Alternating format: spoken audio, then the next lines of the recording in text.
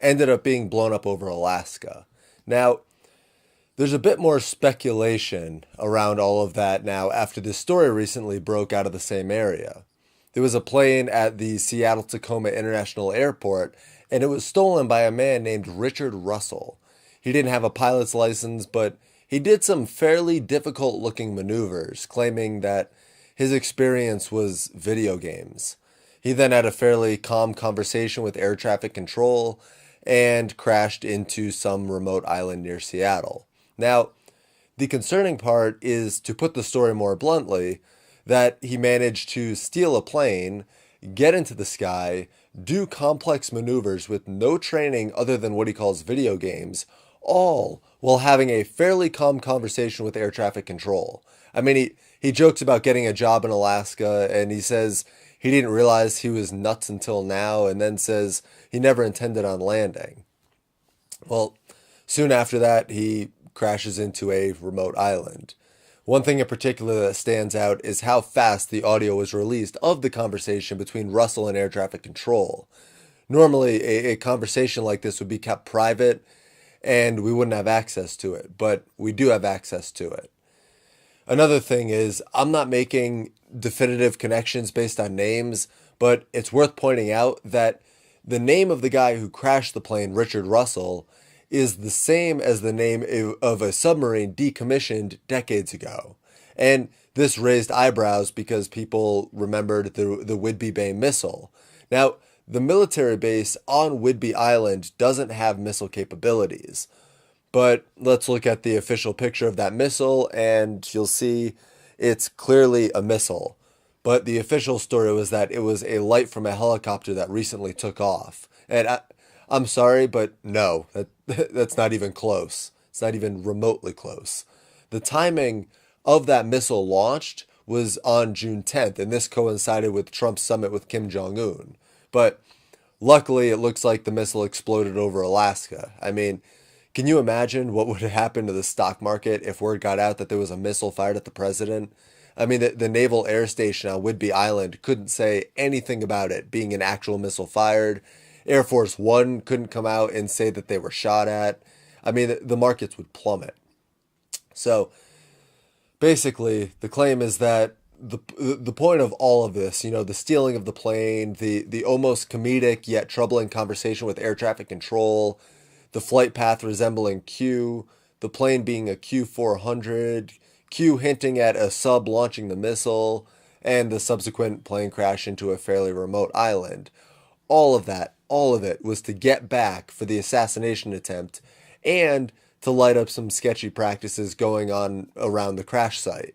And I know what you're thinking, wow, that's a lot of commitment for someone to kill themselves in a plane just for this, but that's why the claim is also that it was remote controlled. There were human remains found, and the medical examiners confirmed it to be Richard Russell. So the issue that I'm having with the remote control theory is that Russell would have had to be dead, or someone for that matter, because we've seen corrupt medical examiners before. And then someone else would have had to be a good impersonator, and they would have had to set up a system like a phone call where they could hear but also talk.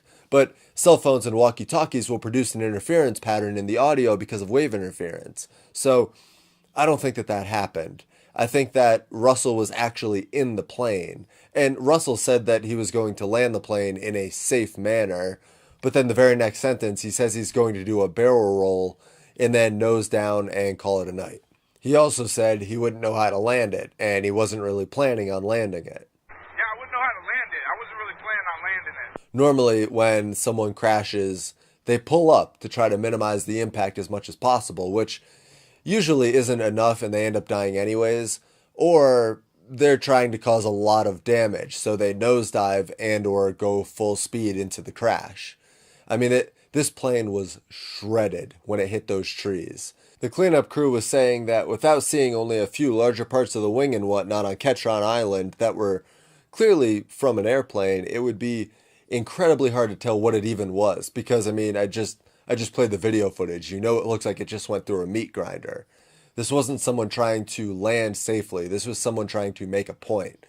The real question is, what is that point? Well, Ketron Island is right next to McNeil Island, which is Washington's sex offender island. They're held there in prison. And with the remoteness of this crash, it's speculated that this is an island of interest for those involved with those activities, the elites that partake in these activities that we know riddle Hollywood in the upper echelon of the political class. And there's also Ketron Cottage, which is an inpatient psychiatric unit. They're part of the CLIP program, which stands for the Child Long-Term Inpatient Program. And that's operational in Spokane and Yakima, which aren't exactly close to Seattle, but then there's others all within about 5 to 15 minutes from the crash site. Perhaps, maybe just a little bit more than 15 minutes, but they're right in the area. There's 3 others right there. So, what do we make of all this? Well, to believe the mainstream story, you'd have to believe that someone could snap to the point of stealing a plane and then refuse to listen to air traffic control telling them to land after the person had become aware that they snapped and weren't acting rational, all while having a fairly calm conversation with ATC other than 1 or 2 instances in particular. And then not make any effort at all to survive the landing. And you'd also have to believe that Russell's only training was video games. Now, if Russell said it was flight simulators, I mean, they make flight simulators as good as an actual plane. It's a huge machine with pneumatic actuators, and I know people who fly. They've said if you woke up in a flight simulator and the graphics were good enough, you'd have a hard time knowing that you were in a flight simulator. But that's not what he's talking about. He explicitly says video games. Again, this leads people to believe the plane was remote controlled. Now, where I stand on this is that the remote control theory goes out the window when you realize that there would be an audio interference pattern with the cell phone or walkie-talkie in the plane. And it couldn't be just a recording of someone talking with ATC because Russell responds to what ATC says. They're not random responses. He responds directly to them. And I'll link the original audio and a condensed version below, but there were also people who become suicidal and then snap and do something irrational. I mean, the only way that this guy could have been so confident in the maneuvers that he was doing without any training was if he didn't care about messing them up. And that would also explain most of the calm conversation with ATC. I mean, I'm not going to pretend that I can get in Russell's head, but when CNN aired the conversation he had with ATC, they managed to edit out the part where he asks if he can get a job if he pulled all of this off. And ATC said he could probably get a job anywhere. He could probably get any job. And then Russell laughs and says, nah, I'm a white guy. And then after about an hour of flying, he barrels full steam into an island. Now, the only way that I can see the remote control story being revived is if A, there's a way for the public and or his family to think he's dead without actually being dead, and the medical examiner lied about it being Russell's body, and B, there's a way to remove the cell phone or walkie-talkie interference. Now, there is a way to remove that type of interference post-recording, which means you can set it up to remove it in real time as well. So I think this is something that can still be kept in the back of our minds, but it doesn't seem like the most likely scenario. At this point, I don't have much more to offer on this story. Clip is certainly worth looking into, and McNeil Island connections should also be highlighted. But as far as Russell goes, I don't see this being the conspiracy that some people are making it out to be. Keep in mind, this is a very isolated story. It doesn't have to be true for other things to be true. The missile launch was still an assassination attempt. It was still directed at Air Force One during Trump's trip to meet Kim Jong-un.